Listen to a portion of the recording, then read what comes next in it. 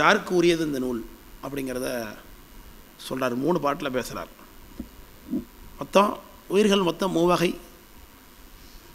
எப்படி 3 வகை ஆகுது உயிர்? உயிர் மொத்தம் எத்தனை வகை இருக்குது?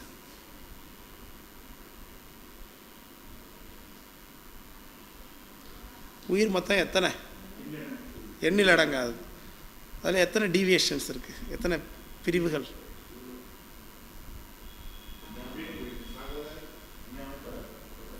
வேற வேற வேற அது வந்து உயிர்களுடைய வகையா, உயிருக்குரிய அனுபவமா? நீங்கள் என்ன சொன்னீங்க?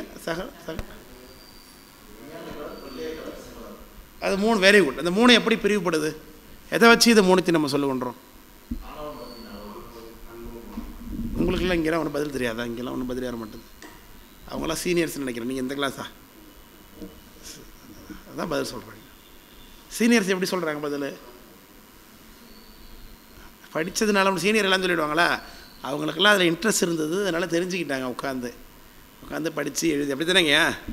இப்போ கிளாஸ் நடக்கிறதுனால மட்டும் அப்படியே தெரிஞ்சிடுமா? இல்லை, உட்காந்து ஒர்க் அவுட் பண்ணுறதுனால இந்த விஷயம் புரியுது உங்களுக்கு.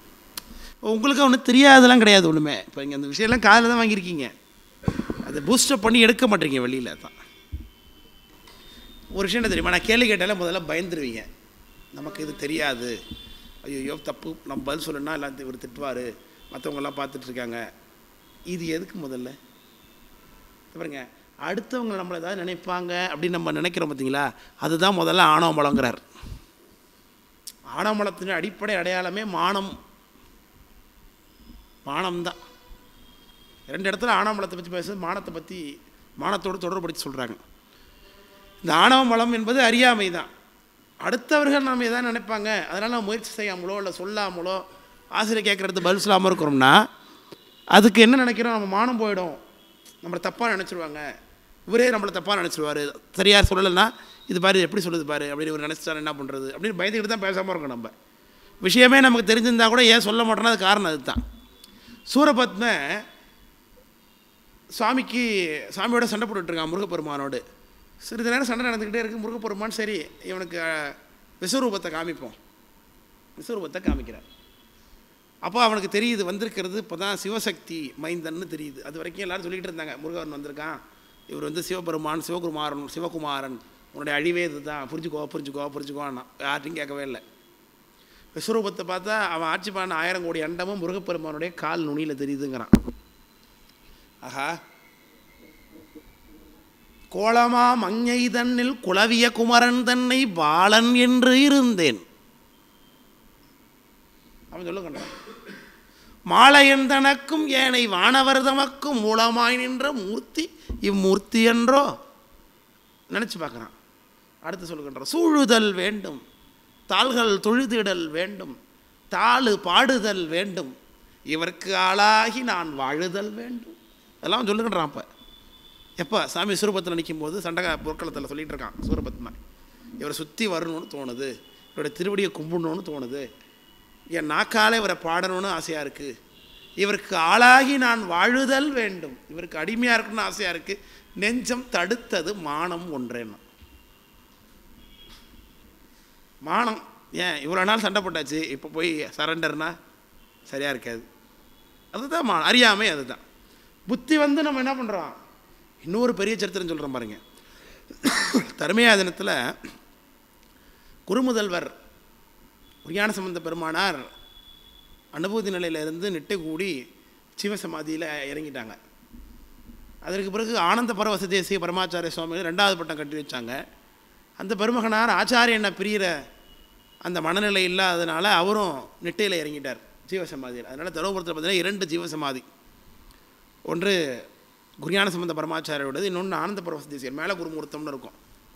இப்போ 2வதாக பட்டம் கட்டி வச்சுட்டு போனவரும் ஜீவசமாதியில் இறங்கிட்டதுனால இப்போ அடுத்தது 3வது ஆள் இல்லை. கிட்டத்தட்ட 40 ஆண்டு காலம் பட்டத்துக்கு ஆள் இல்லாமல் மடத்தில் இருந்தாங்கன்னு சொல்கிறார்கள். 40 ஆண்டு காலம் சன்னியானம் இல்லாமலே திருக்கூட்ட அடியவர்கள் மட்டும் பரிபாலனம் பண்ணி கொண்டிருக்கிறாங்க. சிம்மாசனம் காலியாக இருந்திருக்கு. அப்போ அவங்க எவ்வளோ பக்குவமாக இருப்பாங்கன்னு பாருங்க. அவங்களாம் இப்போ நம்மளை வந்து முதல்ல நாம் ஏறி உட்காந்துருவோம் பண்ணிக்கு இல்லையா? 40 ஆண்டு காலம் வந்து அடியவர்கள் யாரும் அந்த பதவிக்கு ஆசைப்படாமல் இருக்காங்கன்னா அவங்கள்ட்ட என்ன பக்குவம் இருந்திருக்கும். அப்போ சரி இப்படியே நீடித்து அந்த அவிச்சின்னமாக வரக்கூடிய அந்த பரம்பரை தொடருமே என்று சொல்லி குருஞானசம்பந்த பிரம்மாச்சாரியருடைய அந்த சன்னதியில் போய் எல்லாம் விண்ணப்பம் பண்ணுகிறார்கள். அப்போ சுவாமி உள்ளே இருந்த குருஞானசம்பந்த பெருமானார் பிரத்யட்சமாகிறார் வெளியில். 40 ஆண்டுகளுக்கு முன்பாக ஜீவசமாதி கூடியவர் வெளியில் வந்து அங்கே இருக்கிறவங்களில் பக்குவான்மா யாருன்னு பார்த்து தீட்சை பண்ணுகிறார். சச்சிதானந்த தேசிகர் அவருக்கு தீட்சை பண்ணி பார்த்தாலும் பரிபக்குவம் கூடி வரலை. உடனே பாட்டு எடுக்கிறார்.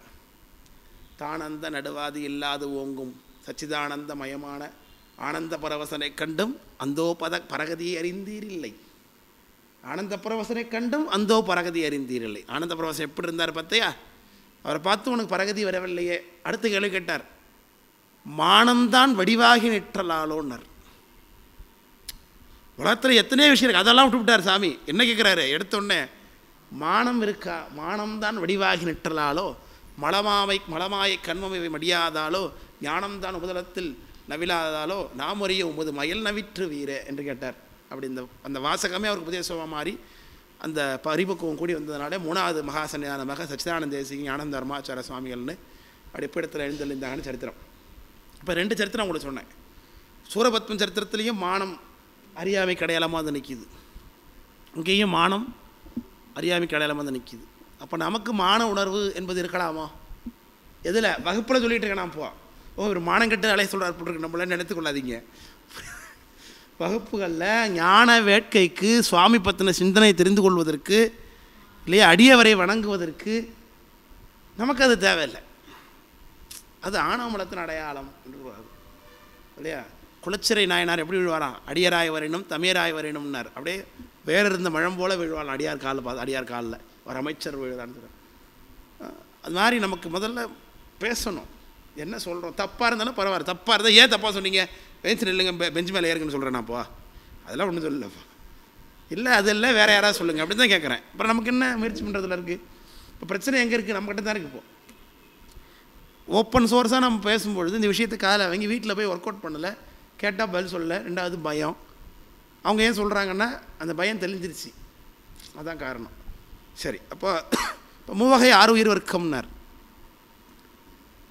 மலத்தார் கண்ம மூல மலத்தார் 3ம் உடையார் அன்றே தீவகமாம் என உருவாய் வந்து நாதன் திருநோக்கால் பரிசத்தால் திகழும் வாக்கால் பாவனையால் மிகுநூலால் யோக பண்பால் பறைவரும் ஔத்ரியால் பாசநாசம் மேவ அருளுதவும் அவுத்ரி 2 தரணாம் வியன் கிரியை ஞானம் என விளம்புமாறே என்று உயிர்களுக்கு எப்படி சுவாமி உபதேசம் பண்ணுகின்றார் என்பதை விளக்கிறார். முதல்ல உயிர்கள் மொத்தம் 3 வகை இருக்குன்னு சொல்கிறார்கள். இந்த 3 வகை என்பது ஆணவமலத்தினுடைய தன்மையை பொறுத்து. ஆணவமலம் என்பது ஒரே பொருள் தான், அறியாமை என்கின்ற ஒரு பொருள். அந்த அறியாமை என்கின்ற ஒரு அதுவே வந்து நம்ம 3ஆம் சூத்திரத்தில் படிப்போங்க, 4ஆம் சூத்திரத்தில் படிப்போம். அறியாமை என்பது உயிருக்கு இயல்பிலே இருக்கக்கூடியதா அல்லது ஆணவமலம் தனிப்பொருளா? அறியாமைங்கிற ஒரு தனிப்பொருள் இருக்கா அல்ல உயிர்கிட்டே இருக்கக்கூடிய அறியாமையை தான் ஆணவமலம் சொல்கிறோமா? அப்படின்லாம் விளக்கம் இருக்காது. 4ஆம் சூத்திரம் சிவஞான போதம் வகுப்பில் தான் அதை விளக்க முடியும். ஆணவமலம் என்கின்ற அறியாமை என்கின்ற தனிப்பொருளை உயிர்கள்லாம் பற்றி கொண்டிருக்கு. எவ்வளவு தூரம் இது பற்றி கொண்டிருக்கிறோம் அவ்வளவு அழுந்த இதுக்கு ஆணவமலம் இருக்குது. சரிதானே? ஒரே விஷயத்தை 10 பேர் பிடிச்சிக்கிட்டு இருக்கான். ஒருத்தனை பிடிச்சி இழுத்தா வந்துடுறான், ஒருத்தன் இந்தால வாடானா வந்துடுறான், ஒருத்தனை பிடிச்சி வலுக்கட்டாயமே வருகையை போட்டு இழுத்தாலும் என்ன பண்ண மாட்டான்? வரவே மாட்டான். அப்போ இவன் பிடிச்சிருக்கிறத பொறுத்து தானே இருக்குது. அப்போது உயிர்களில் ஒவ்வொரு உயிரும் ஒவ்வொரு மாதிரி யூனிக்னஸ், ஒவ்வொரு உயிரும் ஒவ்வொரு மாதிரி தான். ஒவ்வொரு உயிருக்கும் சாமி ஒவ்வொரு மாதிரி தான் வேலை செய்கிறார். ஆனாலும் ஒரே இடத்துல ஒவ்வொரு உயிருக்கும் ஒவ்வொரு மாதிரி குணம் உண்டாக்க முடியாதுங்கிறதுனால மேஜராக 3 கிளாஸிஃபிகேஷன் பண்ணுறார். ஆணவமலத்தை மிக குறைவாக பற்றிய உயிர்கள், சற்று அழுந்த பற்றிய உயிர்கள், அதை விட கூடுதலாக பற்றிய உயிர்கள் என்கிற அடிப்படையில் முதல்ல ஆணவமலத்தை ரொம்ப குறைவாக பற்றிருக்கிற உயிர்களை விஞ்ஞான கலர் என்றும், சற்று கூடுதலாக அவரை விட கொஞ்சம் கூடுதலாக பற்றிருக்கக்கூடிய உயிரை பிரளயா கலர் என்றும், அவரை விட இன்னும் அழுந்த பற்றிருக்கக்கூடிய உயிர்களை சக்கலர் என்றும் வச்சுருக்கிறாங்க. அப்போ அந்த 3 பேருக்கு ஏற்ற மாதிரி 3 விதமான வேலை நடக்கணும் இல்லையா? இந்தரவாடா அப்படின்னா வந்தவனுக்கு போய் வரி அப்படி இருக்க வேண்டிய வேலை இருக்கா? வரமாட்டான். வந்து தேவையில்லை. அது வருகையை கட்டி இழுத்தால வராத அளவு இந்தரவானா வருவானா? வரமாட்டான். அப்போ அவனுக்கு தகுந்தாப்புல வேலை நடத்தி ஆகணும். சரிதானே? அதுக்கேற்றாப்புல சாமி வேலை செய்கிறார். அதில் முதல்ல பூவகை ஆறுயிர் வர்க்கம், அதில் மலத்தார்னார். மலத்தாருங்கிறது மலம் அப்படிங்கிறனாலே ஸ்பெஷலாக எதை தான் குறிக்கும்? சகசமலமாகி ஆணவமலத்தான் குறிக்கும். அப்போ ஆணவமலம் மட்டுமே உடையவர்களாகிய விஞ்ஞானகலர். சரிதானே? கண்ம மூலமலத்தார்னார். கண்ம மலத்தையும் மூலமலத்தையும் உடையவங்க இல்லையா? அவங்க பிரயாகலர்னு பேர். மூலமலம்ங்கிறது அப்போ எதை குறிக்கிது? திரும்பவும் ஆணவமலத்தை குறிக்குது. Very good. ஏன்னா அடிஷன் உங்களுக்கு கண்மமலம் கொஞ்சம் எக்ஸ்ட்ரா இருக்குது. Very good. அடுத்து மூன்றும் உடையார்னா ஆணவமலம், கண்மமலம், மாயாமலம். இப்போ என்ன ஒரு விஷயம் தெரிஞ்சுக்கங்க, சாஸ்திரங்களை பொறுத்தவரைக்கும் இப்படி விளக்கம் சொல்லப்படுகிறது. ஆனால் 3 பேருக்கு 3 மலமும் உண்டு. விகிதம் குறைபாடும். சுத்தமாக மாயாமலமே இல்லாமல் எந்த உயிருமே இருக்காது. ஏன்னா சிவதத்துவ போனமே இதில் தான் உண்டாக்கப்பட்டிருக்கு. மாயையில் நாதம் அதெல்லாம் மாயை தான். அப்போ அங்கே மாயை இல்லைன்னு எப்படி சொல்ல முடியும்? இருக்குது, பயன்பாட்டு அளவில் ரொம்ப குறைவு. அதனால் கிட்டத்தட்ட இல்லைன்னே சொல்லியாச்சு. இப்போ சாதாரண சோப்பு அப்படின்னு விளம்பரம் பண்ணுவான், லைஃப் பாய் சோப்புன்னு விளம்பரம் பண்ணுவான். கிருமிகள்லாம் இருக்கும். லைஃப் பாய் சோப்பு க்ளீன் பண்ண இடத்துல 2 கிருமி மட்டும் நின்றுட்டு இருக்கும். அப்படி சாதாரண சோப்புலாம் அப்படி இருக்குது. அப்போது 2 கிருமி மட்டும் நின்றுட்டு இருந்தாலும் அது எப்படி தான் நம்ம சொல்கிறோம், இடையிலப்படுத்துகிறோம்? ஒன்றும் இல்லை. ஏன்னா சுத்தமாக எதுவும் க்ளீன் பண்ண முடியாது இல்லையா? 100% அவுட்புட் கிடைக்காது எதுலேயுமே. அது நியூட்டனுடைய செகண்ட் லாவா தேர்ட் லாவா? அது இது ஒரு லாவில் சொல்கிறார் அவர். 100% அவுட்புட் எதுலையுமே கிடைக்காது. அது மாதிரி என்ன தான் நீ சோப் போட்டு தரையை துடைச்சாலும் அதில் கண்டிப்பாக இன்ஃபெக்ஷன் இல்லாமல் இருக்காது, கொஞ்சம் இருக்க தான் செய்யும். அது மாதிரி அது இப்போ என்ன சொல்கிறோம், 100 பேர் இருந்தால் தான் அது இருக்கிறா அப்படிங்கிறது மாதிரியும், கொஞ்சமாக 0.5 சம்திங் இருந்தால் கிட்டத்தட்ட என்ன தான் அது இல்லை தான் அப்படிங்கிறது மாதிரி தான் நம்ம விஞ்ஞானங்களுக்கு மாயை கண்மை இல்லைன்னு சொல்லி கொண்டுறோமே தவிர்த்து சுத்தமாக அவங்களுக்கு என்ன இல்லைன்னு சொல்ல முடியாதாண்ணா? மலம் 3 இல்லைன்னு சொல்லவே முடியாது. ஏன்னா உயிர்னு வந்துட்டாலே அந்த உயிர்களோட 3 மலமும் சம்மந்தப்பட்டு தான் இருக்கும் எப்பொழுதுமே. விளங்குதா? நெல்லுக்கு உமி தவிடு முளை போல அப்படின்னு சிவபிரகாசம் பேசுறது பின்னாடி வரும். அப்போ நாம் ஏன் மலம் மட்டும்தான் சொல்லுகிறார்கள்னா அவங்க மட்டும்தான் அதில் பார்ட்டிசிபேட் பண்ணிகிட்டு இருக்கிறாங்க. அதுக்காக மாயை கண்மமும் இல்லையான இருக்காங்க. அவங்க விகிதம் ரொம்ப குறைவு பிரளயாகலருக்கும் சகலரையும் கம்பேர் பண்ணும் பொழுது. விளங்குதா? விஷயம் புரியுதா? இப்போ அடுத்தது பிரளயாகலருக்கு வந்து என்ன சொல்கிறாங்க? கண்ம மூலமலத்தார் அப்படிங்கிற. மூலமலம்னா ஆணவமலம், சகஜமலம். இப்போ கண்மமலம் கொஞ்சம் இவங்களுக்கு எஃபிஷியண்ட்டாக இருக்குது. கீழே இருக்கிறவரோட இவங்களுக்கு எப்படி இருக்குது? கொஞ்சம் வேலை இருக்குது. ஏன்னா இப்போ ஆணவமலம் கொஞ்சம் கூடுதலாக இருக்கிறதுனால கண்மத்துடைய வேலை கொஞ்சம் வேணுங்கிறதுனால கண்மமலம் கூட, மாயமலம் பழையது போல் கம்மியாக இருக்குது. இப்போ அடுத்து சகலர். நாம தான் இந்த பெருமைக்குரியவர்கள், நம்மளாம் சகலர்கள் தான். இப்போது யாருலேருந்து சகலர் தெரியுமா? Very good. திருமாலே சகலர் தான். இப்போ திருமாலேருந்து சகலர் தான். இப்போ நம்மளும் திருமாலும் ஒன்று தானேன்னா உயிருங்கிற அளவில் ஒன்று தானே தவிர்த்து அவராகவும் இல்லை கொண்டாகக்கூடிய திருமால் எப்பேற்பட்ட பதவி. சாமிக்கு ரொம்ப நெருக்கமான அணுக்கமானவர், காத்தல் கர்த்தா. அவர் பாம்பில் படுத்துக்கூடிய வரப்படால அவர் பாம்பில் தான் படுத்திருக்கார் அவர். அதனால் அவரும் உயிர் இருக்கும் தானே, நம்மளை போல் அவரும் உயிர் தான் அப்படின்னா. இப்போ நம்மளும் உயிர் தான், ஜனாதிபதியும் உயிர் தான். 2 ஒன்றா? ஜனாதிபதி காரிக்க போட நம்ம இங்கே நிற்க விடப்பட்டாப்போ நம்மளை. அப்போது பதவிக்குன்னு மதிப்பு உண்டு, என்றைக்குமே பதவிக்குன்னு மக்குவம் உண்டு. அதனால் உயிர்கள் தான் திருமாலேருந்து நம்மளாம் சகலர் தாங்கிறதுனால திருமால் நம்மளும் ஒன்று தான் போல் நினச்சக்கூடாது. அதுக்காக சொல்ல வந்தேன். அப்போ 3 உடையார் அன்றே. சரி, இப்போ 3 பேரில் இந்த முதல்ல 2 பேருக்கு எப்படி வருகிறார் சாமின்னா, விஞ்ஞானகலருக்கு உள்ளிருந்தே உணர்த்துவான் அப்படின்னும், சகலருக்கு உருவம் எடுத்துக்கொண்டு வந்து உணர்த்துவான் தன்னுடைய உருவமாகவே அப்படின்னு கந்தர் கலிவன்பால் அதை பற்றி அழகாக குமரகுரு சுவாமிகள் சொல்கிறாங்க இல்லையா? தன் மலர்கண் 3 தோன்ற அப்படின்னு சொல்லுவார். அந்த 3 கண்களோடையும் அப்படி சாமி எப்படி பிரத்யட்சமாகி அவங்களுக்கு பிரளயாகலருக்கு உபதேசம் பண்ணுறார். இப்போ அவங்க 2 பேரும் விட்டுருங்க, அவங்க எங்கேயோ இருக்காங்க, என்னவோ பண்ணுறாங்க, நமக்கு தேவையில்லை. இப்போ நம்மளை பற்றி தெரிஞ்சுப்போம் இல்லையா? நமக்கு தாத்தா பாட்டிலாம் இருந்தாங்க, இப்போ ராஜாவாக இருந்தாங்க, பெரிய பெரிய கோட்டை கட்டிட்டு வாழ்ந்தாங்க. இப்போ வாழ்ந்து என்ன இப்போ நமக்கு என்ன அதனால் ஆகும் சொல்லுங்க பார்ப்போம். இப்போ நாம் இன்றைக்கி வேலைக்கு போனால் சோறு இருக்கிற பொழுது இப்போ அவங்க பெருமையாக இருந்து அவங்க இருந்தாங்கன்னு தெரிஞ்சுக்கலாம், வேலை அதான் பண்ண முடியும். அப்படின்னா இல்லையா? அதுமாரி விஞ்ஞானம்னு ஒருத்தர் இருந்தான், ஆமாம் இருக்கா, இருந்துட்டு போட்டோம். பிரளயாகலன்னு ஒருத்தர் இருக்கா, இருக்கட்டும், அதனால் நமக்கு இல்லை இப்போ ஒன்றும் கிடையாது. இப்போ நாம் வேணால் பிரளயாகலர் அந்த ரூட்டை தாண்டி தான் போகணும், மேலே விஞ்ஞானகலர் ரூட்டை தாண்டி தான் போகணும். அது போகிற அன்றைக்கி பார்த்துக்கலாம். இன்றைக்கி முதல்ல நம்முடைய வாழ்க்கை எப்படி இருக்குங்கிறத நம்ம பார்த்தாகணும். சரிதானே? அப்போ சகலருடைய விஷயத்தை தான் நம்ம படிக்க போகிறோம். இப்போ சகலருக்கு எப்படி சாமி வருவான் அப்படின்னா, இந்த சகலருக்கு ரொம்ப புத்தி குறைபாடு. ஏன்னா ஆணவம்லாம் ரொம்ப மறைச்சிருக்கு, இருக்கிற அறிவையே மறைச்சி வச்சுருக்கு. இருக்கிற அறிவே சொன்னாதான் கேட்டுக்கும். ஒரு ஆள் இருக்கான், அவன் சொன்னால் கேட்டுப்பான், ஆனால் ரெண்டுத்துலையும் நல்லா ஏர்பட்ஸ் வச்சு அழுத்தி பாட்டு போட்டு விட்ருக்கான் ஃபுல் வால்யூம்லன்னா. இப்போ அவன்கிட்ட சொல்லி என்ன ஆகுதுப்பா? அவன் நல்ல பையன் தான், சொன்னால் கேட்டுப்பான். ஆனால் கேட்க விடாத அளவுக்கு என்ன மறைச்சிருக்குப்பா? ஆணவமெல்லாம் மறைச்சிது.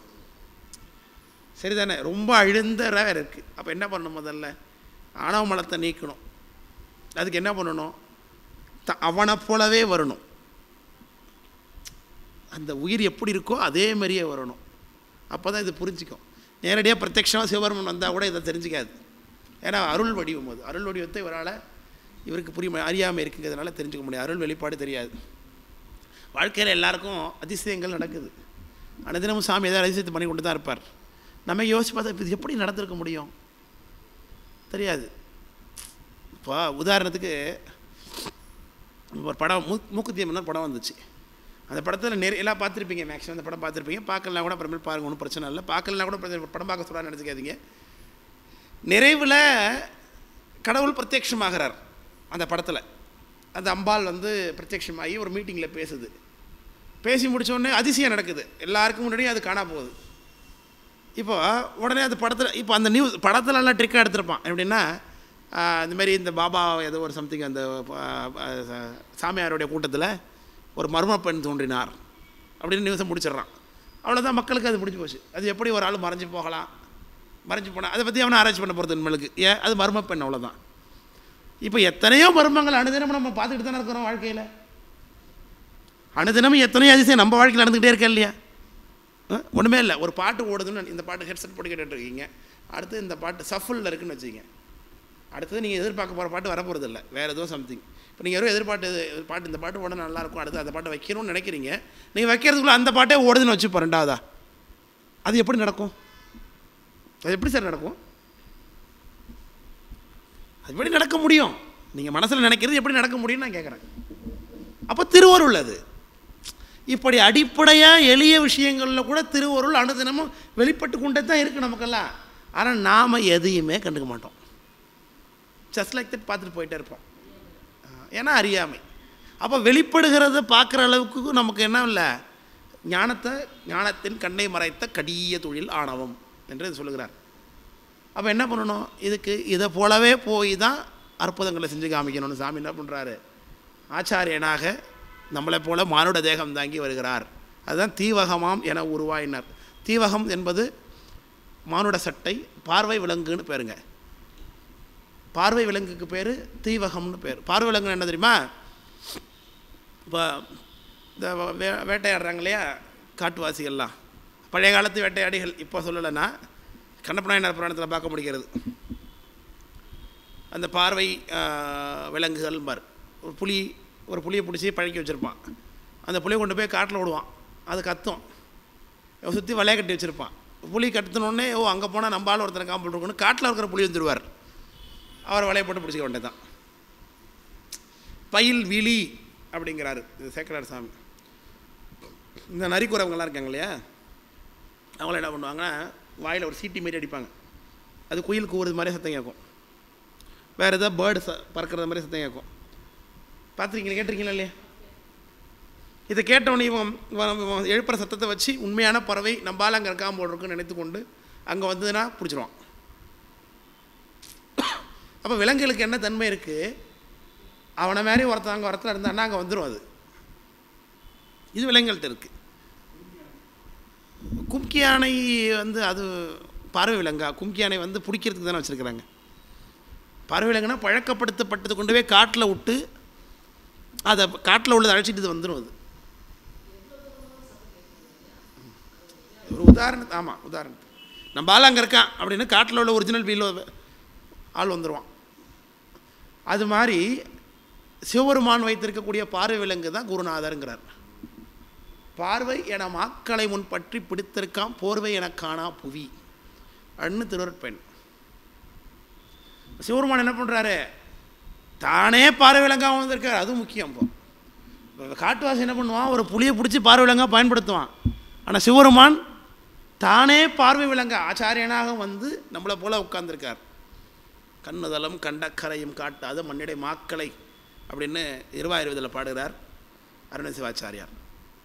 தர்மியாதனத்துடைய துதிய தானே சீரணியும் நுதலின் விழி திருந்து மெறி பொருந்து விடும் தெரிந்திராது தாரணி அன்பரையால் அவர் போல் வந்த சைவ சிகாமணி எவருக்கும் தலைவர் எங்கோன் காரணியும் நெடிய பொழில் கமலவேந்தன் கருணைமழை பொழியும் இரு கடைக்கநாளன் ஆரணியும் ஞானசம்பந்தன் பரமன் இரு சரணமலர் பறை வாழ்வாம்னு சொல்கிறார். அப்போது அவர் போல் வந்த சைவ சிகாமணியினர் மனுஷனை போலத்தான் வரணும். அப்போ தான் இவனுக்கு புரியும். தெய்வம் மனுஷ ரூபேன சாயத்தேன்னு தான் சொல்கிறார்கள். தெய்வம் எப்படி வரும்? சகலருக்கு மனுஷ ரூபத்தில் தான் வரும்.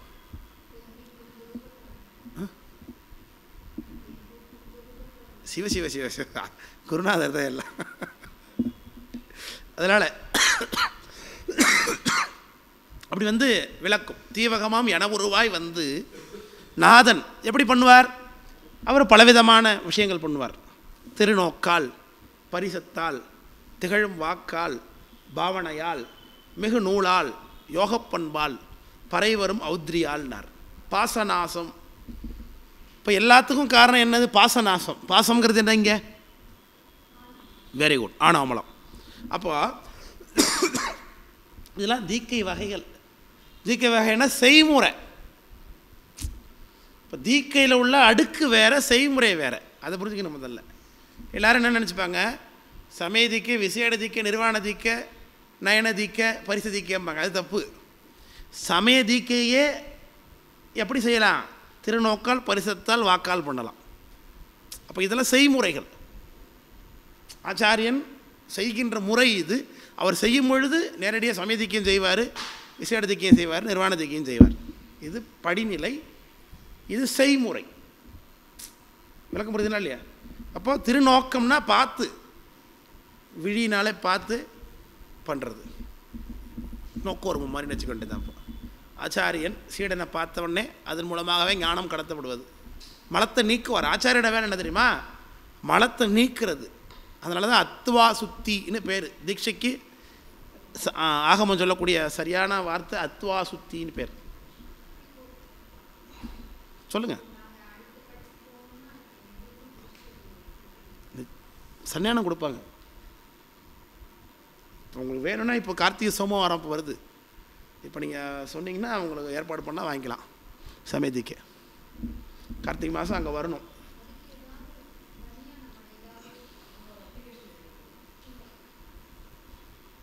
ப்ராக்டிஸ் பண்ணு. முதல்ல சுவாமி மீது விருப்பம், சிவபக்தி. வாழ்க்கை முறையில் நீங்கள் மாற்றிக்க வேண்டியது அசைவம் சாப்பிடக்கூடாது. அது முக்கியமான ஒரு விஷயம். அதுதான். மற்றைய வேறு என்ன இருக்குது? இப்போ பெண்களுக்கு அவ்வளோதான். ஆண்களாக இருந்தால் மற்ற சேர்த்து சொல்லலாம், அதை பண்ணக்கூடாது இதை பண்ணக்கூடாதுன்னு. அது ஒன்றும் பிரச்சனை கிடையாது. அது ஞானசம்பந்த பெருமானார் இது வந்து ஆச்சால்புரம் தலபுராணத்துக்கு இருக்கக்கூடிய ஒரு கருத்து. இது ஆச்சால்புரத்தில் கொட்டையூர் சிவக்குழு தேசிகன்னு ஒரு ஆச்சால்புரத்துக்கு ஒரு புராணம் பாடியிருக்கார். அந்த புராணத்தில் ஞானசம்பந்த பெருமானார் முத்திக்கு போகும்போது எல்லாரையும் முத்தி கொடுத்தார் சாமி. நீயும் பூவை என்னாலும் புண்ணிய மனத்தில் வந்தாரும் யாவரும் அவள் சோதியில் வந்து புகுகன்னு சாமி சொன்னார். உடனே எல்லோரும் போய் அந்த ஜோதியில் ஐக்கியமாகுங்க அப்படின்னார். எல்லோரும் போனாங்க. அப்போ சாமி காதலாகி கசிந்து கண்ணீர் மல்கி பாட்டு பண்ணார். இது பெரிய புராணத்தில் உள்ள சரித்திரம். ஆச்சால்புர புராணத்தில் தலபுராணத்தில் கொட்டையூர் சிவக்குழந்தை சிவர் கருத்து சொல்கிறார். அப்போ சில பெண்கள் அங்கே ஓரமாக நின்றுட்டு இருந்தாங்களாமா. ஏம்மா நீங்கள்லாம் போலியா முத்திக்கின்னு ஞானசம்பந்த பெருமான் கேட்டாராமா. அதுக்கு இல்லை, நாங்கள்லாம் வீட்டுக்கு தூரமாக இருக்கிறோம், நாங்கள் இந்த புனிதத்தில் கலந்துக்கலாமான்னு தெரியவில்லை அப்படிங்கிறதுக்கு சாமி சொன்னாராம், பெருநெருப்புக்கு ஈரம் இல்லை அப்படின்னு சொல்லி நீங்களும் போய் ஐக்கியமாகுங்க என்று சொல்லுகிறார் அப்படின்னாங்க. பெருநெருப்புக்கு ஈரம் இல்லை அப்படின்னு சொல்லி அந்த வார்த்தகமே சொல்லுகிறார். இப்போ இது ஒரு விஷயம். இப்போ இது எல்லாத்துக்குமே ஓப்பனா அப்படின்னா நம்முடைய ஆன்மார்த்த பூர்த்திக்கு தான் இது இல்லையா? இப்போ வீட்டு விளக்கு ஆயிருக்காங்க பெண்கள் அப்படின்னா அதுக்கு நம்ம பூஜையை செய்கிறதுக்கு தடையில்லை, நம்முடைய அனுஷ்டானம். அதே நமக்காக வீட்டில் ஒரு விசேஷம் நடக்குது, வீட்டில் ஒரு பூஜை நடக்குது, அதெல்லாம் நீங்கள் கட்டுப்பாடு எப்போது இருக்கிற மாதிரி இருந்தால் ஆகணும். அவரவருடைய ஆன்ம தேற்றத்துக்குரிய மூர்த்திக்கு தான் இது கிடையாது தவிர்த்து இப்போ அதே நாளில் நீங்கள் வேறவருடைய ஆன்மார்த்த மூர்த்தி செய்ய முடியாது, பண்ண முடியாது. அதனால் தீட்டு தான், அதில் மாற்று கருத்து இல்லை. ஆனால் அவரவருடைய ஆன்ம தேற்றத்துக்கு மட்டும் இந்த கருத்து சிறப்பாக ஒரு விதிவிலக்கு கொடுக்குறாங்க. அப்படி அதெல்லாம் தடை தான், அதெல்லாம் போகக்கூடாது தான். கோயிலுக்கு போகிறது இதுக்கு எதுக்காக? அவங்கவுங்க ஆன்மார்த்த முறைதி கிடையாதுங்கிறதுக்காக தான். மற்றபடி நம்ம சட்டத்தில் என்ன இருக்கோ அதை நம்ம செய்து தான் ஆக வேண்டும். அதெல்லாம் மாற்று கருத்து கிடையாது. சரி, அடுத்தது பெண்கள். அப்படி அது ஒரு கருத்தாக இருந்ததுன்னா அப்போ பெண்கள் உலகத்தில் தீட்சையை வாங்க முடியாது இல்லை? இது சைவ சமயம் எப்படி சொல்ல வேண்டியது? பெண்களுக்கு முத்தியே கிடையாதுன்னு சொன்ன சமயமே இருந்தது. சமண சமயத்தாருக்கு பெண்களுக்கு முத்தி கிடையாதுன்ட்டான். அவன் முக்திக்குரிய பிறவியே ஆண் பிறவி மட்டும்தான். அவன் பெண்கள் என்ன செய்யணும்? அடுத்த பிறவி ஆளாக பிறக்கிறது இந்த பிறவியில் தவம் செய்யணுமா? ரொம்ப நல்லா இருக்குல்ல கேட்குறதுக்கு.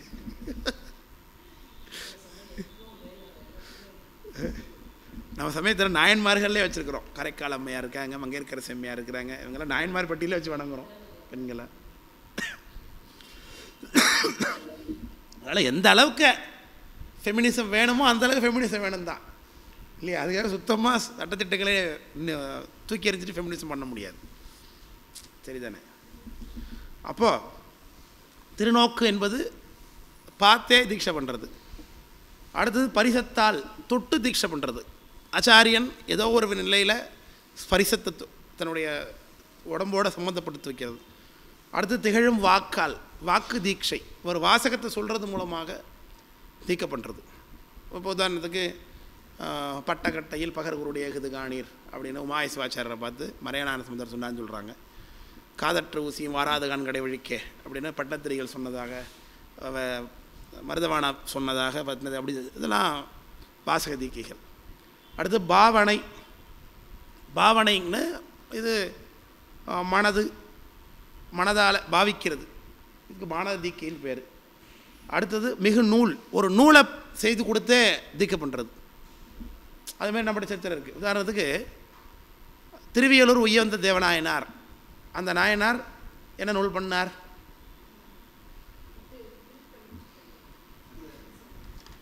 கிட்டத்தட்ட வந்தாச்சு. Right, very good, very good. Thiruvundiyar.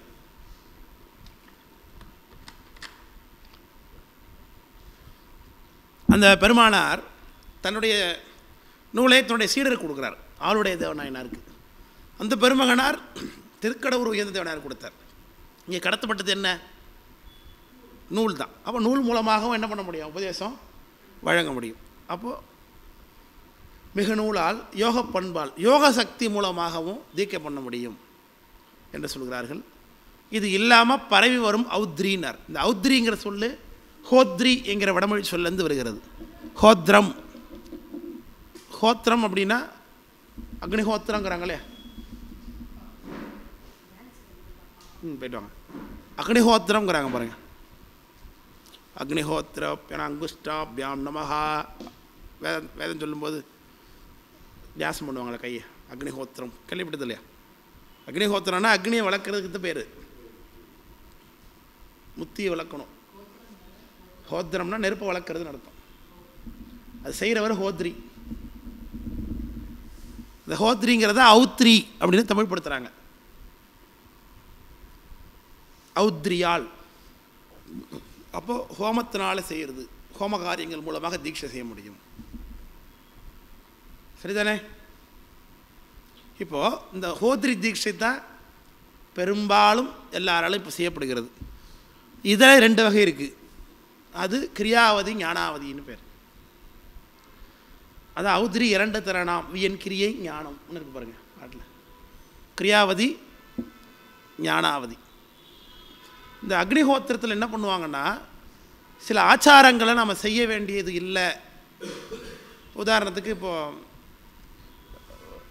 சில பெண்களுக்கு இப்போ ஒரு தடை கேட்டாங்க, அதில் சில தடைகள் இருக்க எதனை செய்யுது.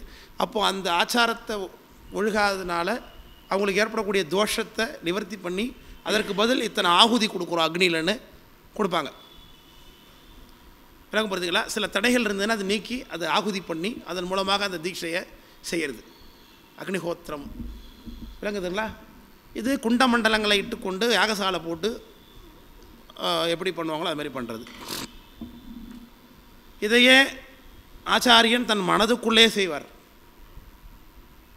வெளியில் குண்டமண்டலங்கள்லாம் போடாமல் மனதுக்குள்ளேயே எல்லாவற்றையும் செய்து மனதுக்குள்ளே அக்னிஹோத்திரம் முதல் எல்லாம் செய்து பாவனையினால் தீக்கை மட்டும் பண்ணால் அதுக்கு ஞானாவதி. அது ஹௌத்ரியில் தான் 2 வகை.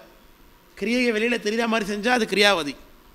ஆச்சாரியன் மனதுக்குள்ளேயே எல்லாத்தையும் செய்து பாவனையாக செஞ்சார்னா அதுக்கு ஞானாவதின்னு பேர். புரியுதில்ல? வகுப்பெல்லாம் போகுது, புரியுது இல்லையா? என்ன பேசிகிட்டு இருக்கோம், எதை பற்றி பேசிட்டு புரியுது இல்லையா? பாட்டு பாட்டா மட்டும் இல்லை, விஷய ஞானம் எவ்வளோ இருக்குது பாருங்கள் இதில். இப்போ இது நீங்கள் எப்படி புரிஞ்சுக்கணும்? இந்த கருத்தெல்லாம் உங்களுக்கு தெரிஞ்சிடும் இப்போது இதில். ஆனால் எங்கே இருக்குது? சிவபிரகாசில் இருக்குதுன்னு சொல்ல தெரியணும். சிவபிரகாசில் எந்த பாட்டில் இருக்குங்கிறத சொல்ல தெரியணும். அந்தளவுக்கு நீங்கள் பயிற்சி படிக்கணும் வீட்டில் போய். இதுக்கு என்ன பிரமாணம் சொல்லுங்கள், இது எந்த இடத்துல இருக்குது அப்படின்னு உங்களை கேட்டாக்க நீங்கள் என்ன சொல்லணும்? சிவபிரகாசில் 8வது பாட்டில் இந்த கருத்தெல்லாம் இருக்குது. நீங்கள் பயிற்சி பண்ணணும் வீட்டில் போய். இப்போ உங்களுக்கு இந்த பாட்டில் என்ன இருக்குங்கிறத நான் சொல்லிக் கொடுத்தாச்சுல்ல, எப்படி இருக்குங்கிறது படித்து காமிச்சிட்டேன். அப்போ நம்ம என்ன பண்ணணும்?